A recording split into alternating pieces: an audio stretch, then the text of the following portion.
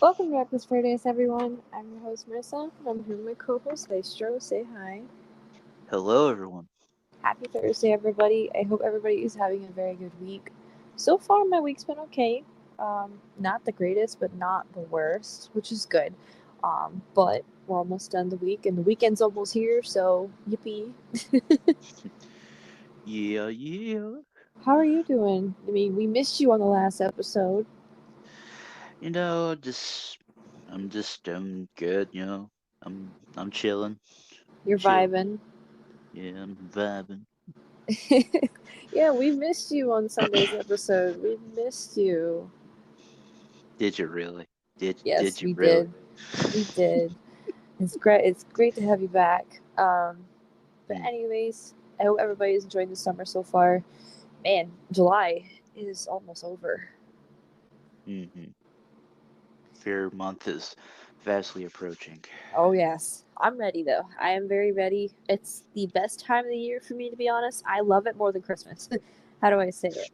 I love it more than Christmas. Like it's only 8 days of the year, but it's fucking fun. I love it, and I can't wait to share it with you guys what I'll be doing. Well, what I will have done at the fair, because the next time I do shoot the shit will be after Fair Week. So, also I Yeah. have a special little guest in my room,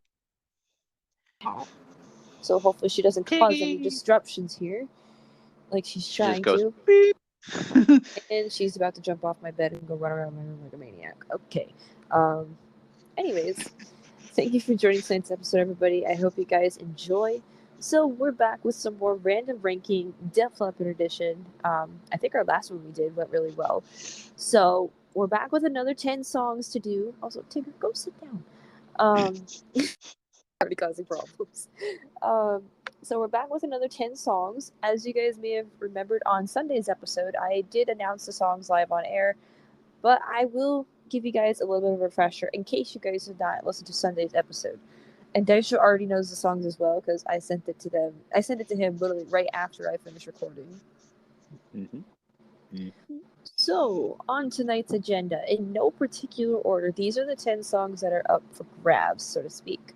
So, we have Foolin', Miss You in a Heartbeat. I didn't specify what version. I'm always used to like the original version with the piano and stuff. It's really, really mellow. I know there is an electric version too, but I'm gonna go with the original for this one. Uh, no, no, no. Bring It On the Heartbreak. Demolition Man. Tear It Down. Have You Ever Needed Someone So Bad? Love and Affection. Too Late for Love. And the Jurassic Symphony's version of Switch 625. This is very interesting because, as you guys know, as you guys should know, Bringing On the Heartbreak transitions into Switch 625. However, Bringing On the Heartbreak for this episode is the original version, not the Jurassic Symphony's version. So I found this to be really, really interesting when it came up on the list. I was like, this is going to play out very weird. Yeah, it's gonna be interesting. So most of our songs actually come from High and Dry. So we got a lot of the old school stuff here. Which isn't bad. It's not That and bad. Pyromania, we got some Pyromania stuff here too. Mm-hmm. So, uh, are you ready to rock, Dice Joe? I'm ready to roll. All right. So for random ranking, what we do is we take those 10 songs and we rank them on a scale of a top 10 list. 10 being the not so favorable one, and one being our favorite. Disclaimer: we have no idea what we put for our list. We have no idea where we put any of these songs on each other's list. This is all we're going in blind here. Mhm. So let's do this. All right, Dice Show. I'm going to start with you. What did you do for number 10? All right. I went with Fulham for mine. Okay. I went with Miss You in a Heartbeat. Okay. So let's start with you. So Foolin' at number 10 for you. Why did you put it at number 10? It's cuz like for me, for my experience, it gets overplayed a little bit for me. I would kill to hear it on the radio right now. It gets overplayed so much that's like it have like just I don't know, it's like there's a lot of replay value for it, but it's like There's too much. It's just too much. Yeah. I mean, it's still a I good song, I but respect that. Yeah, I respect you on that. For me, I really wish they played it on Show'em. Like lately, Show'em's been playing a lot of the stuff from Hysteria, like Animal, for example. yeah, like I hear Animal, I hear like Bringing On the Heartbreak, like I wish stuff like I that. did. I hear that a lot, but Ugh, I wish I did. So that's respectable. That's very respectable. I can see why you'd put that there. I put Miss You in a Heartbeat for my number 10. It's very mellow, which I don't mind, but it's actually a song I can't listen to a lot, like out of all of these on the list. It's a song I don't hear a lot because I choose not to hear it a lot. It kind of makes me sad a little bit because they wrote this after Steve died. And like after Steve died, I kind of sensed like there was a lot of sadness going on in the band, but they were trying to cover it up. Um, but they really brought it out in Slang. Though this track was on Retroactive, which came out in '93. Slang came out in '96. Oh my god, my cat is going to jump onto my freaking purse. Get off of there. Um, my god, I'm having the worst time with my cat right now. come on, I think it's like I don't. Okay, my fucking internet like is deciding to go. Boo. AT&T, ladies and gentlemen, AT&T. Anyways, but yeah, "Miss You in a Heartbeat" is a song that again I cannot listen to a lot. But when I do hear it, like once in a blue moon, I don't mind. It's just like it's not like a go-to song for me, you know? Yeah, I get you. I get you on that. Okay, number 9. I'll go first. Number 9 for me, I put "Foolin'." I put Bringing On the Heartbreak. Wow. Okay, well, yeah, you said it has a lot of replay value for you because it's like overplayed for you. Yeah, it's like Fooling and Bringing On the Heartbreak. It's just like it's overplayed a little bit for me. Wow. Damn. Okay, will you stop biting my cord? Oh my gosh. She's gonna be the reason why my headphones don't work. So do you really have to explain anything else about yours for number 9? Not really. No. Besides the fact it is a good song though. Yeah, it is a good song. So my number 9, I put "Foolin'." I really wish I heard this more, to be honest. That's kind of why I put it a little low. I don't hear it enough, though. I just heard it tonight when I was riding. I was riding around. But like, Pyromania is so good. Like, all of these songs are good. So like, it was really hard to rank them. To be Hmm. honest with you, it was really really hard to rank them. Like, they're all equally as good as each other. And this is one of those cases where Foolin' had to go low because there's ones that I kind of listen to more than the others. Um, but yeah, I think "Foolin'," I think I said this before, "Foolin'," I think was actually my first Def Leppard song I heard when I was a kid. I just remember the main chorus very well, vividly from when I was a child. And I was like, who the hell is that? And my parents were like, that's Def Leppard. I'm like, oh. And then they started playing the music videos for me on our TV and stuff and on my laptop and stuff like that. And the rest is history. But yeah, I'm really glad "Foolin'" actually made it to episode 2. I thought we were going to get it like way later because there's so many songs. But Right. all right, number 8. What'd you do? I did Too Late for Love. Ow. Okay. Well, kind of ow, kind of not. Number 8, I did "No, No, No." Oh wow, okay. Yeah, I'm gonna go first real quick. So, "No, No, No" is the closing track from High and Dry. That whole album slaps. That whole album is so good. Mm. Um, it's the last album they did with Pete Willis, obviously. This song, like when I first heard it, I'm like, we were like, "What the hell is this?" It's like, what? What? But then, like over time, I kind of grew to like it. I was like, okay, this is pretty good. Like it's about rated R things that Hmm. young kids do, young teenagers do out there. Young kids do. Fucking Joe, angsty little fucking Joe in his like early 20s. I think he was like 20 at this time. I'm not 100% sure. Don't quote me on that.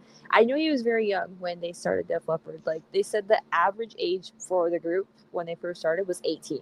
And their youngest member was 15, and that was Rick Allen. He was 15 when they started.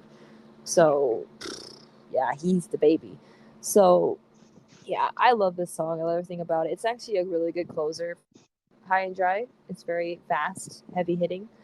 Um, but Yeah, I put it down there just because I don't hear it enough. I need to change that though. I want to hear it more. Anyways, let's see what you have to say for Too Late for Love. It's kind of like what you were saying about No No No. It's like I don't hear it enough, and that's probably why I put it so low. It's like I wish I heard it more, but it's like maybe since if I do hear it more, maybe I would grow to like it a little bit more, if you know what I'm saying. Right. So it's not like I'm saying like it's a bad song or anything. I haven't listened to it a lot, so Yeah, I gotcha. Okay, number 7. What'd you put? I put Switch 625 Oh, okay, from Drastic Drastic Symphonies. Symphonies. Okay, Hmm. for my number 7, I put Tear It Down from Adrenalize. Hmm. Now, there is a reason for this because I hear this song a lot, like when I am out and about on my own, Right. but like the thing is, like, I love Adrenalize. I really fucking do. But of all the songs on Adrenalize, that's the one that, like, I don't know, like, it's not a weak song.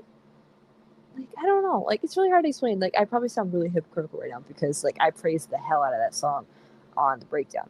But, like, lately, like, when I hear it, it's like, okay, I've heard it so many times. Like, It's kind of like my situation where it's like I hear it so many times. I'm like, okay, like come on, like really, like come on. but it is good, though. It's kind of like one of those rated R songs, if you know what I mean. Hmm. It is a really, really good song. It's very, like, it's the perfect closer for Journalize, to be honest. It's the perfect closer. I like that version better, though. Better than the version that was, like, a B-side track for one of the Hysteria tracks. Hmm. Because it was a B-side track for one of the Hysteria singles when they were releasing singles for that album. I didn't like that version. I like this version better because they touched it up a little bit. It sounds a lot better. But yeah, like I said, none of these songs on this round are bad. They're all good in their own way. Yes. So, what do you have to say about the Jurassic Symphony's version of Switch 625? I think I think like the one from High and Dry and then the Drastic Symphonies one, it's still both similar in their own way, but like the Drastic Symphonies one, it's like I'm kind of like I'm not very big on like big orchestras sometimes. It's like if it's desperately need if it's like well needed, I can understand that. Like have you ever needed someone so bad from Mm. Drastic Symphonies and and didn't they do Love Bites too? Yes, they did. Oh my Like like god, yes, so, yes, yes. like some of those songs on that album, like it was well needed. But then you have like Pour Some Sugar on Me, which didn't Oh need to have no. it. Please, God, no. Get But rid of like that. I think like the Switch 625 one, I don't think it really needed that orchestra to be honest with you. I think it was like good the way it was on High and Dry. Like I mean I understand, yes, but it's Yeah. like I think they kind of let the music do the talking, Yeah. and I kind of like that for me, but it's just because I just don't hear it enough anyway too, but Teach their own, teach their own, my uh-huh. friend. Uh-huh. Alright, number 6. This is where I put Too Late for Love. I put Love and Affection here. Wow. Oh, god damn. Okay, we literally do not have the same list at all. Oh, well, Oh no, of course no. not. No. Damn, like last time we kind of agreed on a lot of things, but this one, oh boy, we're all over the place. All right, it's Too Late for Love for me. I love that song. I really and I love the Jurassic Symphony's version too. But we didn't get this one. We got the original from '83. This one is so good. It's so dramatic. It's so like dark in your face. Just oh, I love everything about it. Um, it just screams that something's gonna go down. Like it just screams that like in a good and a bad way. Because it's about a very very kind of dark topic. If you think about it in that aspect, but it's really really good. It's probably one of the better tracks. Like probably, I think it's probably well. next to Stage Fright, this would be like number 2 for me. Like out of all the songs of Pyromania, this one's like my second favorite. It's really close up there with Stage Fright. It's so good. I've always liked this since I was a kid, so I couldn't put it all the way down to the bottom. There's no way. I had to put it somewhere. All right, what do you have to say about Love and Affection from Hysteria? I think that's literally the only Hysteria song we got on this one tonight. Yeah, I think so. Again, it's just like I just don't hear it enough. It's like a lot of these songs. Like there are some songs I do hear a lot, but then there's some songs I do not hear a lot. And like like Too Late for Love, I don't hear that a lot. Love and Affection, don't hear that a lot. So it's like if I did hear them enough, like maybe I would be like, oh, okay, it's like more higher up, sort of thing. But it's not the case. I'll Here. explain my thoughts about that song when I get to it because I have it ranked really high. So, all right, we're into the top 5 now. So I'm gonna go ahead. My number 5 is this is actually where I put Switch 625 from Jurassic Symphonies. Okay, I can see why. Yeah. I put Demolition Man here. Okay, that's cool. At least it's in the top 5. I'm actually really happy about that.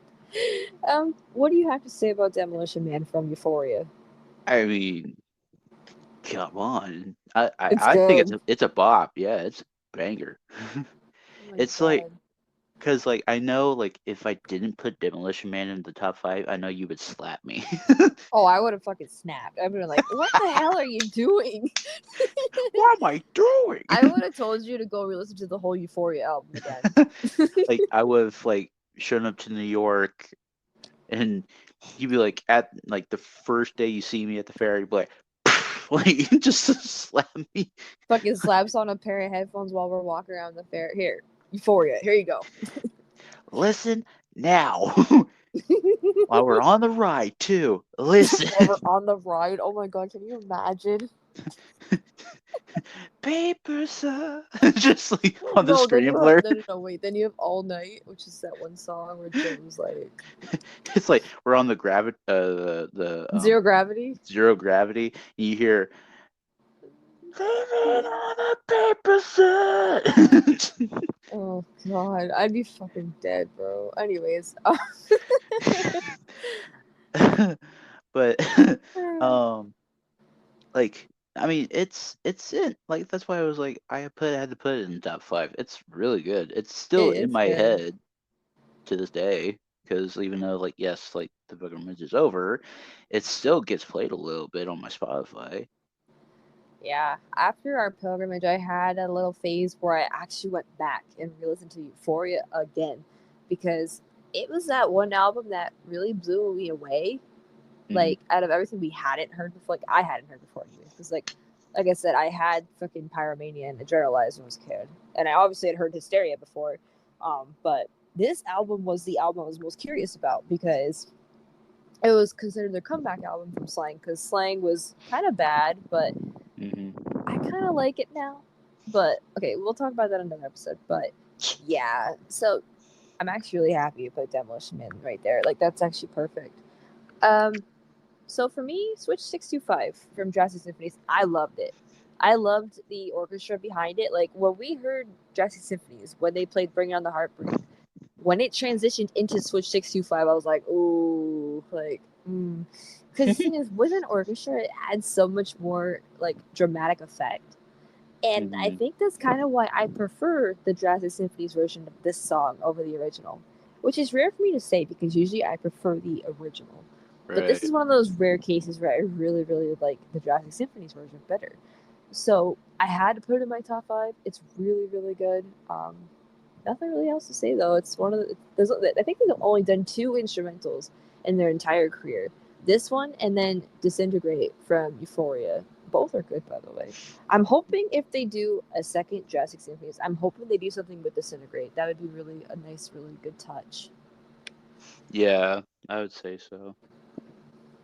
All right, number 4. What you got? I put Miss You in a Heartbeat. That's where I put it. Wow! Holy crap! Mm-hmm. Damn. My number 4 is Bringing On the Heartbreak. Okay. I see why though. So let's talk about Miss You in a Heartbeat. Wow, I'm actually okay. This one actually surprised me. Why did you put it so high? Well, it's like okay. I was in a little bit of a phase kind of A recently. phase. A phase. Yeah, a phase. Um I was in a little bit of a phase and I was just like, you know what?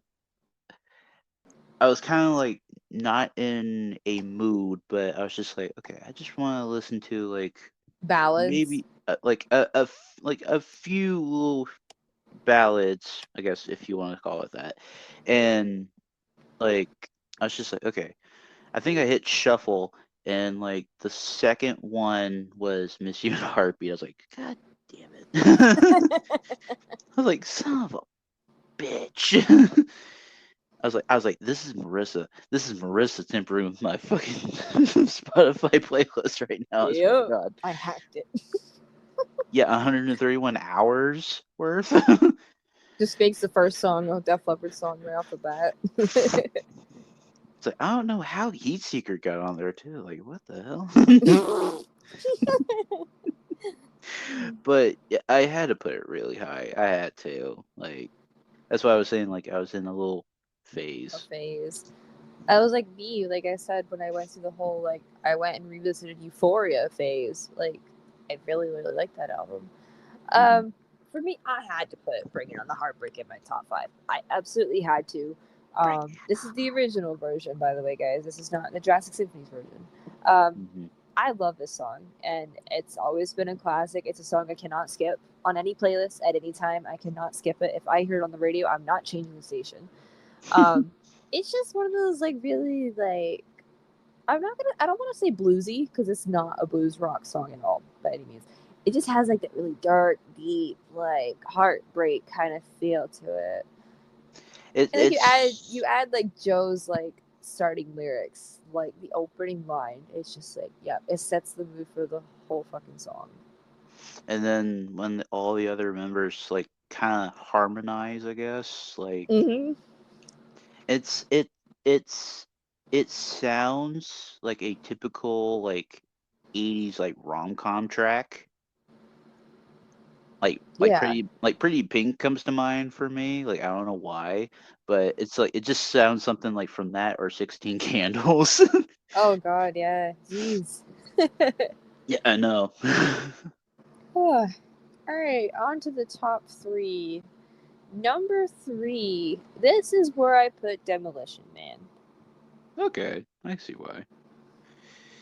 I put I put no here. Oh wow. Okay, that's cool. All right, what do you have to say about No No No? I mean, you kind of nailed it on the head when you had gotten to it. It was just like one of those like rated R sort of tracks, and it's like, oh no, scandalous, But I think it was like you said, like perfect closer to High and Dry. Yeah. It's like for the time period, it's like you kind of had to like go big or go home with your second album, to be honest with you. Yeah.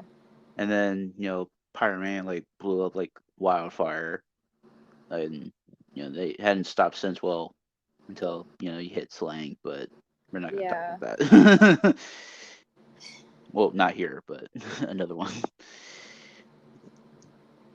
But yeah.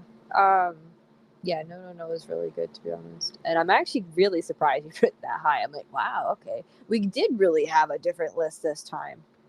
Oh, yeah, Wow. of course, obviously. All right. Demolition Man I had to put really high because I won't lie. I'm not even gonna kid you. I don't even think you know this, Daisho. But when I first heard that track, originally I didn't like it, which is crazy.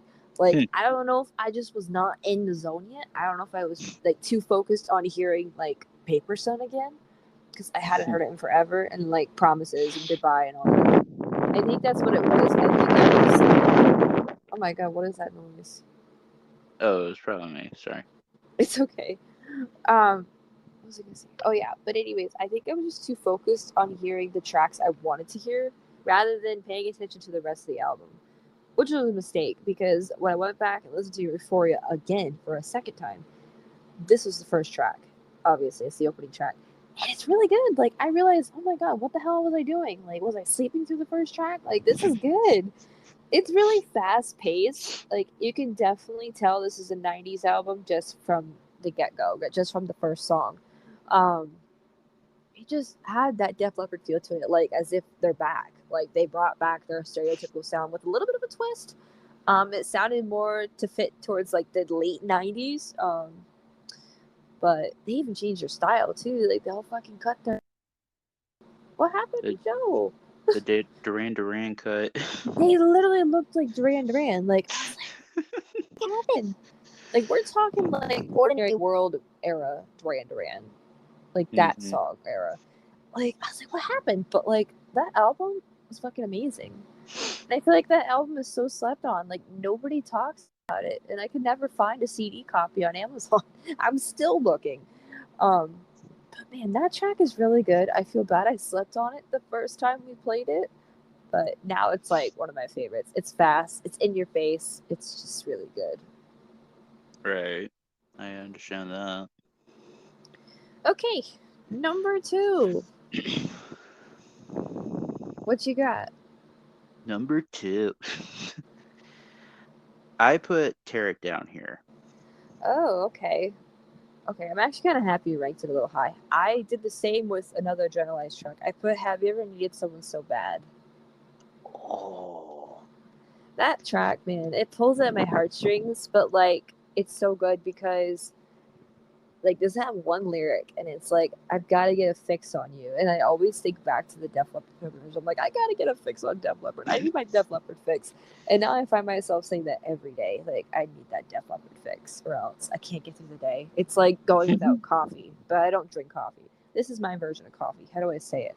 um this song is really good. It's a ballad, of course, but like, a generalized was just, oh, chef's kiss. It's the only album that I gave 100 so far on when we did breakdown stuff, and this track has always been one of my favorites. And what's funny is, on episode 1 of Random Ranking, we got the Jurassic Symphony's version of this track. Yeah. That's Let me it. see.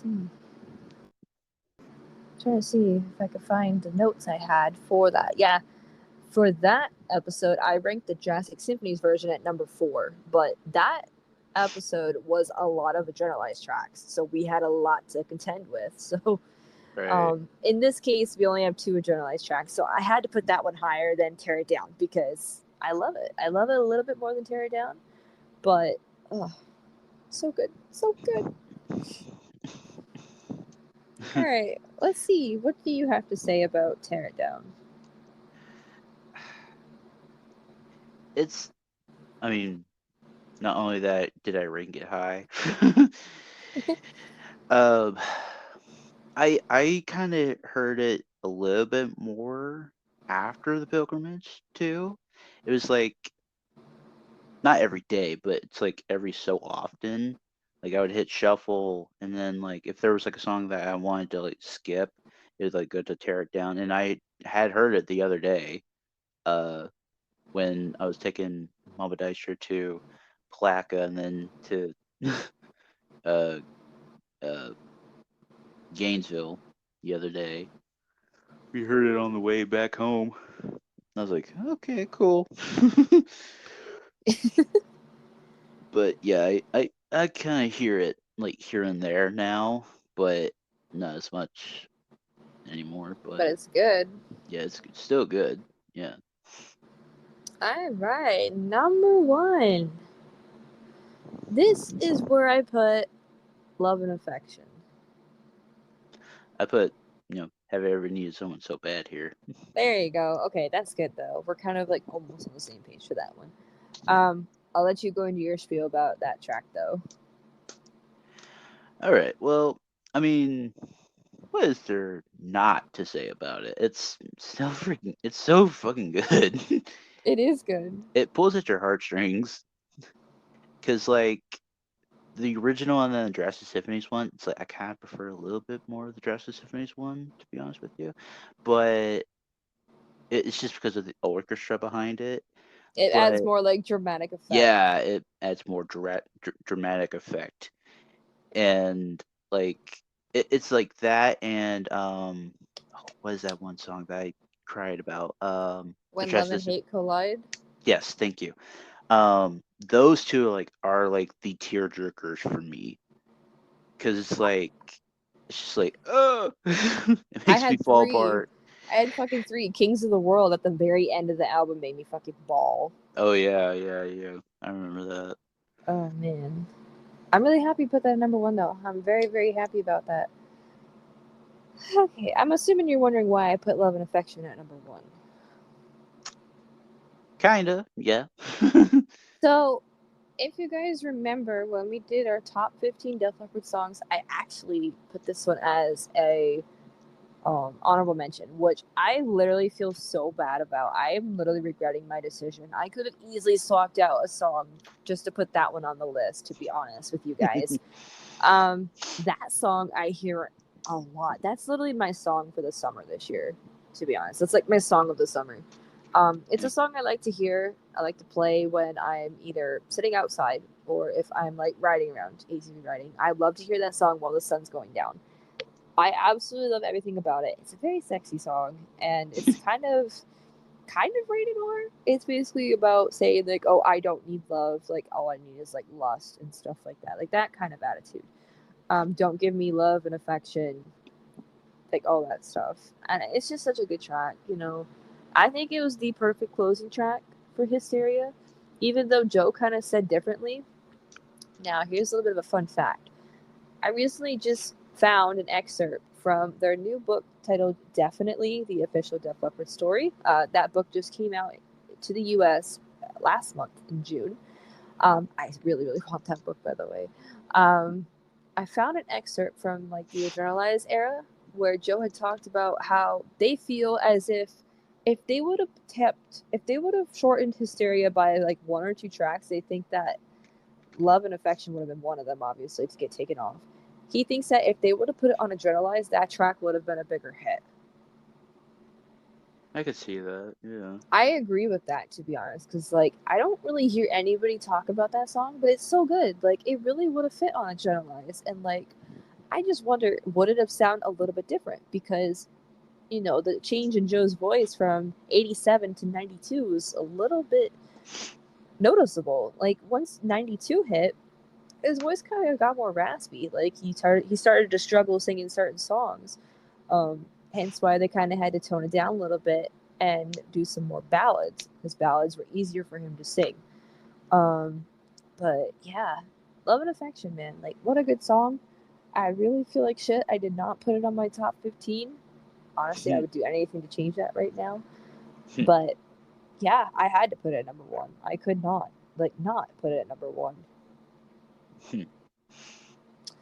All right. So, my friends, that wraps up Random Ranking, Def Leppard Edition, Episode 2. Where would you guys put these songs? Let us know on social media or down in the comments, wherever you guys would like to socialize. So, our next episode, we will be breaking down our first Foo Fighters album ever on this show. And we're starting with The Color and the Shape, which came out back in 1997. Now, what's funny is we're actually finishing up our Foo Fighters album run tonight after the show. So, this is where we start talking about a whole bunch of Foo Fighters stuff on the show.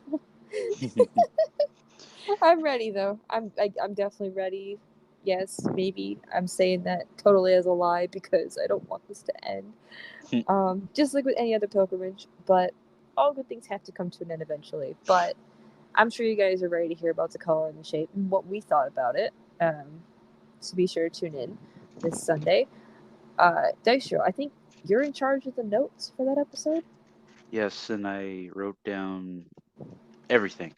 Wow. Okay, you're on the ball. Good job. So that'll be this Sunday, guys. So be sure to catch that. And Dystro, you've got our song for the night. Yes, I do.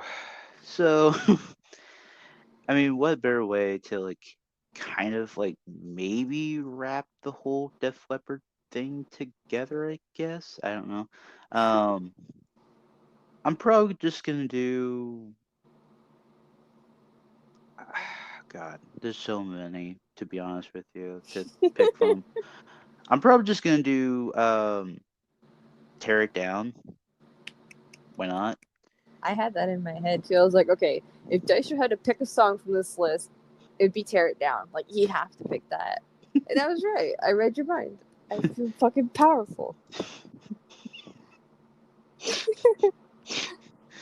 Okay. I don't know. Is there even a video for this? No, there's no music video for this, but they did a performance of this song, which I told you about before. Yeah. Before the album even came out. This was like 1989. They did this, and this was like a new song to everybody. This wasn't even released as a single yet, and they performed it. But yeah, I will put the audio link. So that's our song of the night tonight. Tear It Down by Def Leppard from Adrenalize. If you guys want to take a listen to it, there will be a link at the top right hand corner of this episode. Towards the very end, go ahead and take a look at it. Once again, it's just the audio. There's no music video for this one, sadly. But yeah, it's a banger. It's really good. Banger. So, if you guys stuck around to the very end, we greatly appreciate your support. Be sure to go ahead and go follow us on social media by clicking on our link in the description below, which should take you to Linktree. We have Instagram, Reddit, TikTok, and Twitter. It's very important you guys follow us on social media and keep up to date on our YouTube page as well. In case something goes wrong and we cannot upload, one of us will post on the community section of this channel, and we will try to update you guys on social media as best as we can. So it's essential that you do follow us there and keep up to date with our YouTube channel. And in addition to our YouTube channel, Dystro has a YouTube channel as well, where he uploads weekly gaming content. We just did some GTA literally last night. Man, what a fucking night. Some of the clips are probably going to be uploaded within tomorrow, Saturday, and Sunday. There's like a lot of clips that I've done by myself and then with you and Ken's. Like one of them went onto the pod channel today. It was the one where he was trying to land and he hit me into the water. I saw that one. We also did Skate 3 earlier this week. We do a lot of games on our own time, so be sure to go subscribe to his channel. We're trying to get him to 900, hopefully by the end of the summer, but yeah. Yeah, I'm at 814 right now, so. You're doing good. You're doing all right. Anyways, once again, be sure to go ahead and listen to tonight's song of the night, Tear It Down by Def Leppard, and that's it. Thank you guys for listening, and we'll catch you guys this Sunday. Peace. Peace.